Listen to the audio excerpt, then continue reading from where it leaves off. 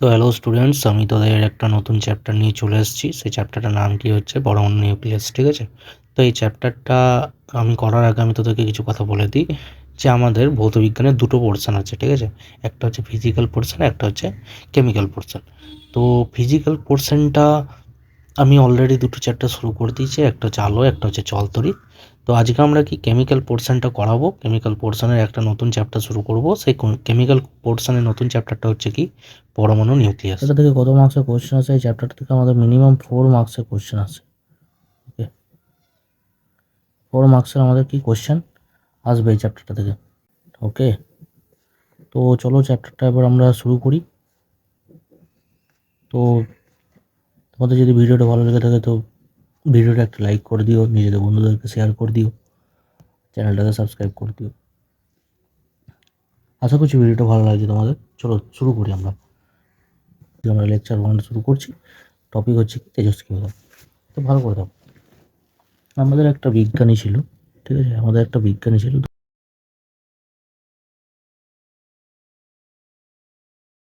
এই বিজ্ঞানীটা কে ছিল? বিজ্ঞানীটা বেকার বসেছিল, ঠিক আছে? বেকার চুপটি করে বসেছিল। এবার আমি বলি একটা কথা, যে এই বিজ্ঞানীটা কি ছিল? এই বিজ্ঞানীটা বেকার বসেছিল।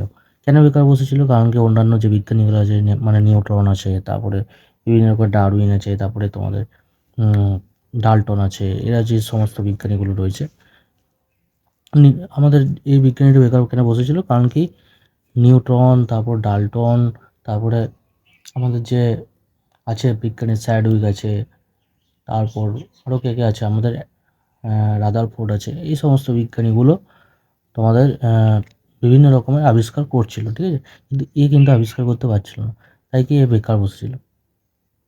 তাই কি আবিষ্কার করেছিল? তেজস্ক্রিয়তা আবিষ্কার করেছিল। আর তার জন্যই বেকার বসে থাকতে থাকতে আবিষ্কার করেছিল বলে এর নাম কি হচ্ছে বেকারেল। ওকে, তাহলে কি বেকার বসেছিল, কীভাবে মনে রাখবে? বেকার বসেছিল, তাই না? এর নাম কি বেকারেল। তাহলে এটা কি আমি একটা টিপস দিলাম, টিপসের মাধ্যমে এটা মনে রাখবে। টিপসের মাধ্যমে মনে রাখবে কি, যে কোন বিজ্ঞানী তেজস্ক্রিয়তা আবিষ্কার করে? বিজ্ঞানী বেকারেল আবিষ্কার করে। এবার তোমরা কীভাবে মনে রাখবে যে বিজ্ঞানীটা বেকার বসেছিল? বেকার বসে থাকতে থাকতে, যেহেতু সব বিজ্ঞানীগুলো কিছু না কিছু আবিষ্কার করছে কিন্তু এই আবিষ্কার করতে পারছে না, তাই বেকার বসেছিল। কিন্তু একদিন হঠাৎ করে যেদিন ও তেজস্ক্রিয়তা আবিষ্কার করলো, তাই ওর নাম কী হয়ে গেল? বেকারেল হয়ে গেল। এভাবে মনে রাখতে পারো তোমরা, এটা গল্পের মাধ্যমে। বেকার বসে থাকতে থাকতে তেজস্ক্রিয়তা আবিষ্কার করেছে, তাই এর নাম কি? বেকারেল। বাস, এখান থেকে তোমার এক নম্বরে একটা কোশ্চেন আসে। তাই আমি এই টপিকটা তোমাদেরকে পড়ালাম যে বিজ্ঞানী বেকারেল তেজস্ক্রিয়তা আবিষ্কার করে। সাল ইম্পর্ট্যান্ট নয়, আমি আগে বলে দিচ্ছি। তোমাদের বইয়ে সাল দেওয়া থাকবে, তো সাল ইম্পর্ট্যান্ট নয়। ওই সালটা তোমরা মুখস্থ করার দরকার নেই, তোমরা শুধু এটা যেন মাথায় থাকে। ওকে, এটা কিন্তু ইম্পর্ট্যান্ট বটে। This is important. তেজস্ক্রিয়তা কাকে বলছে? কিছু মৌল থাকে, এই মৌলগুলোর কি পারমাণবিক ভর যেটা হয় আমাদের, পারমাণবিক যে ভর হয়। এবার তোমরা বলবে যে দাদা পারমাণবিক ভর কি, আমরা বুঝতে পারছি না।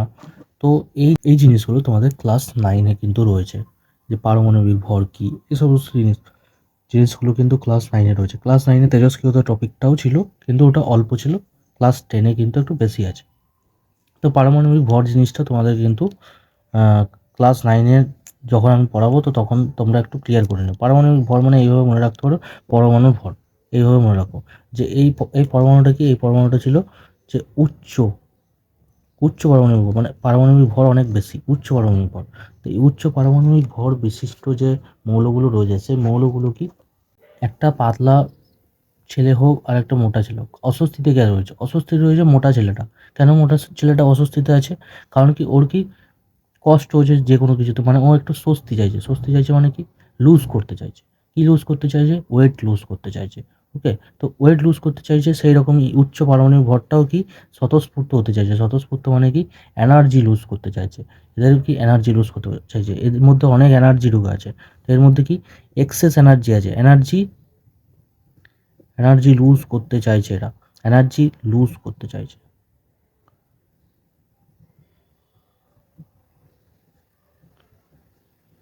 ওকে, তাহলে আমি কি বললাম? উচ্চ পারমাণবিক ভর বিশিষ্ট যে পরমাণুগুলো আছে, তারা কি এনার্জি লুজ করে পড়ে, ওরা কি নতুন পরমাণুতে পরিণত হচ্ছে। ওকে, ধরে নিচ্ছি আমি এটা এটা একটা নতুন পরমাণু, তো ওরা কি একটা নতুন পরমাণুতে পরিণত হচ্ছে। ওকে, তাহলে কি এরা কি একটা নতুন পরমাণুতে তৈরি হয়েছে। এই নতুন পরমাণুটা কি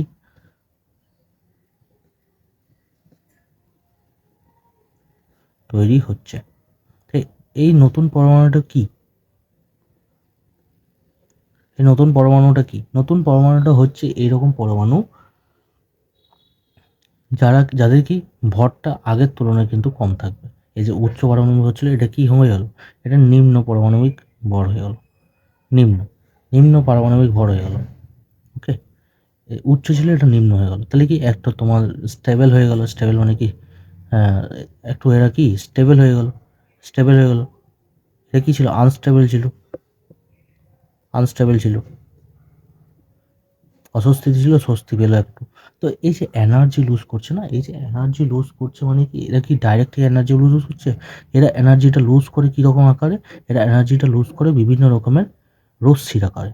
কি কি এরা কি এনার্জিটা লুজ করতে চাইছে কীভাবে, রশ্মির মাধ্যমে কি এনার্জি লুজ করে। এরা কীরকম এনার্জি লুজ করে, বিভিন্ন রকমের রশ্মি ছাড়ে এরা, আলফা বিটা গামা এরকম টাইপের রশ্মি কিন্তু এরা লুজ করে।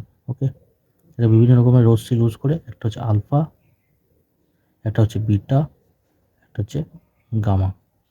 ওকে, তাহলে এই যে রশ্মি লুজ করছে, এই রশ্মি লুজ করার যে ধর্মটা, ঠিক আছে, এই যে উচ্চ পারমাণবিক ভর বিশিষ্ট কোনো পরমাণু এনার্জি লুজ করে পরে নতুন পরমাণুতে তৈরি হচ্ছে। এই যে রশ্মি লুজ করছে, এই যে এই রশ্মিগুলো কি, এই রশ্মিগুলোকে যেহেতু এটা তেজস্ক্রিয় ছিল, এটা কি এই মৌলটা কি তাহলে তেজস্ক্রিয় মৌল। এই মৌলটা কি তেজস্ক্রিয় মৌল। এই যে রশ্মিটা লুজ করছে, এই রশ্মিটা কি তেজস্ক্রিয় রশ্মি। তেজস্ক্রিয় রশ্মি, তাহলে এটা কি ছিল, তেজস্ক্রিয় মৌল ছিল, এটা ছিল তেজস্ক্রিয় রশ্মি। তেজস্ক্রিয় মৌল, তেজস্ক্রিয় রশ্মি। আর এই যে ঘটনাটা হচ্ছে, তেজস্ক্রিয় মৌল থেকে একটা স্টেবল পরমাণুতে তৈরি হচ্ছে, নতুন পরমাণুতে তৈরি হচ্ছে। এই যে ঘটনাটা হচ্ছে, এই পুরোপুরি ঘটনাটিকে কি বলা হচ্ছে, এই পুরো ঘটনাটিকে কি বলা হচ্ছে, তেজস্ক্রিয়তা বলা হচ্ছে।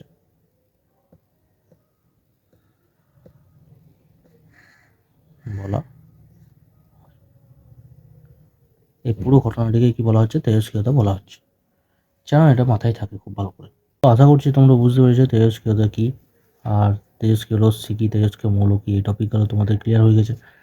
আমি আগেই বলি এই টপিকটা কিন্তু একটু বড় আছে, কারণ কি পরমাণু নিউক্লিয়াসের এই টপিক, মানে পরমাণু নিউক্লিয়াসে যে টপিকগুলো রয়েছে তার মধ্যে এটা কিন্তু একটা বড় টপিক। ওকে, তো আজকে আশা করছি এটা কমপ্লিট হবে না, কিন্তু যতটা পারছি আমি করিয়ে দিচ্ছি। ফার্স্ট হচ্ছে আমাদের কি, আলফা বিটা গামা, তিনটে রশ্মি আমাদের আছে।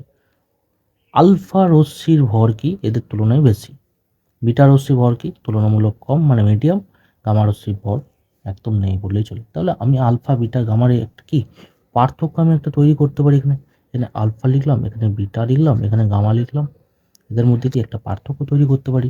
কীরকম পার্থক্য তৈরি করতে পারি, যে আলফাটা হচ্ছে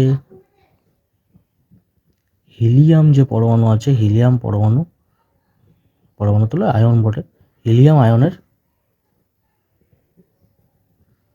স্রোত। ওকে, যে আলফা কণাটা কি বটে জিজ্ঞেস করতেই পারে পরীক্ষায়, তো কি হিলিয়াম আয়নের স্রোত। বিটা কণাটা কি বটে, ইলেকট্রনের স্রোত। ইলেকট্রন তোমরা নিশ্চয়ই জানো, ক্লাস 9-এ পড়ে এসছো। প্রোটন, ইলেকট্রন, নিউট্রন এগুলো কি তোমরা অলরেডি এগুলো জানো নিশ্চয়ই। আর যদি না জানো তখন ক্লাস 9-এর যে লেকচারগুলো ছাড়বো তখন তোমরা দেখবে। আপাতত তোমরা এই জিনিসটা দেখো। গামা রশ্মিটা কি, গামা রশ্মিটা হচ্ছে তড়িৎ চৌম্বকীয়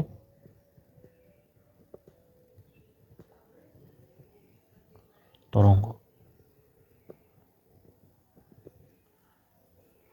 ফার্স্টেই বলি, আমি তোমাদের বলি যে তোমাদের বইয়ে কিন্তু আরও অনেক কিছু টপিকগুলো রয়েছে। এই যে আলফা বিটা গামা যে পার্থক্যটা রয়েছে, এর মাঝখানে কিন্তু অনেকগুলো টপিক রয়েছে। সেই টপিকগুলো আমি এখনও কিন্তু পড়াইনি। তোমরা কিন্তু ভুল ধারণায় থাকবে না যে দাদা তো মিস করে চলে গেল, ঠিক আছে, তোমরা কিন্তু এই ভুল ধারণাতে থাকবে না।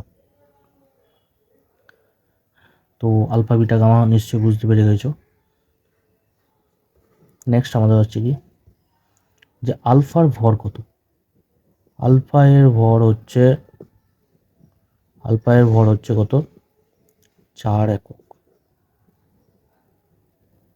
বিটা এর কত হচ্ছে, বিটা এর হচ্ছে 2 একক।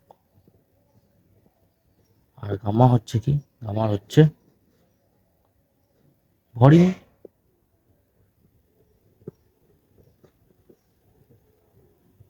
ভর হচ্ছে কি 2 একক নয়, সরি 1 একক।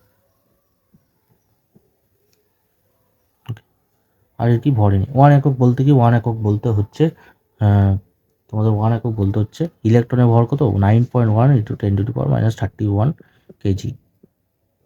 এটা মনে থাকে। এটার ভর কি হচ্ছে 9.1 ইন্টু 10⁻³ কেজি।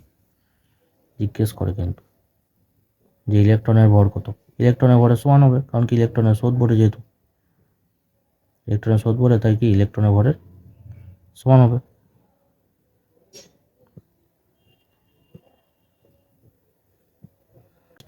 আর এটা 4 একক কেন, এটা 4 একক মানে আলফাটা হচ্ছে কি হিলিয়াম কণার, হিলিয়াম আয়নের স্রোত। ওকে, তো হিলিয়াম আয়নের স্রোত কি, এর কি প্রোটনের ভরের কি 4 গুণ এটা, ঠিক আছে। ঠিক যে প্রোটন আমাদের যে আছে, প্রোটনের ভরের 4 গুণ, তাই এটা কি আলফাটি কি 4 একক লেখা হয়েছে, এটা মনে থাকে। দুটো পয়েন্ট ক্লিয়ার হলো। থার্ড নম্বর পয়েন্ট আমাদের কি আছে, থার্ড নম্বর পয়েন্ট হচ্ছে আধান। আলফা এর আধান কত, এখানে দেখো তোমরা দেখতে পাচ্ছ 2+ রয়েছে, তাহলে কি এর আধান কি 2 একক, কি প্রোটনের আধান।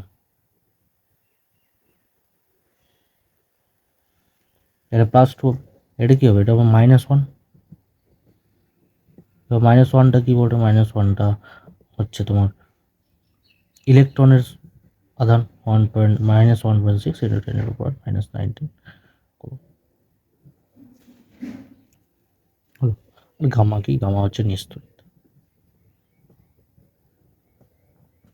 ওকে, তো আপাতত এইটুকুই থাকুক, ঠিক আছে। এটা হচ্ছে আমি যেটুকু পড়ালাম, এটা আমি গোটাগুটি ক্লাস 9-এর কিন্তু কনসেপ্ট ক্লিয়ার করলাম। এই যে টপিকটা আমি পড়ালাম গোটাগুটি, এই জায়গাটা গোটাগুটি কিন্তু ক্লাস 9-এর হচ্ছে। আমি ক্লাস 9-এর টপিক কিন্তু ক্লিয়ার করলাম এগুলো।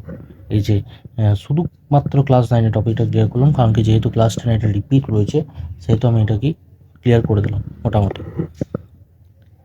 বাট নেক্সট আমাদের লেকচারে আমরা কি আলফা বিটা গামার পুরোপুরি সেই কনসেপ্টটা আরও ক্লিয়ার করব। আর এই যে তেজস্ক্রিয়তা যে টপিকটা রয়েছে, তেজস্ক্রিয়তা টপিকটা আমরা পুরোপুরি কিন্তু ক্লিয়ার করব। তো স্টুডেন্টস, তোরা ভিডিওটা দেখলি, ভিডিওটা আশা করছি তোদের ভালো লেগেছে। ভিডিওটা যদি ভালো লেগে থাকে, ভিডিওটাতে একটা লাইক করে দিবি, ভিডিওর নিচে একটা কমেন্ট করে দিবি, আর নিজের বন্ধুদের সাথে শেয়ার করে দিবি।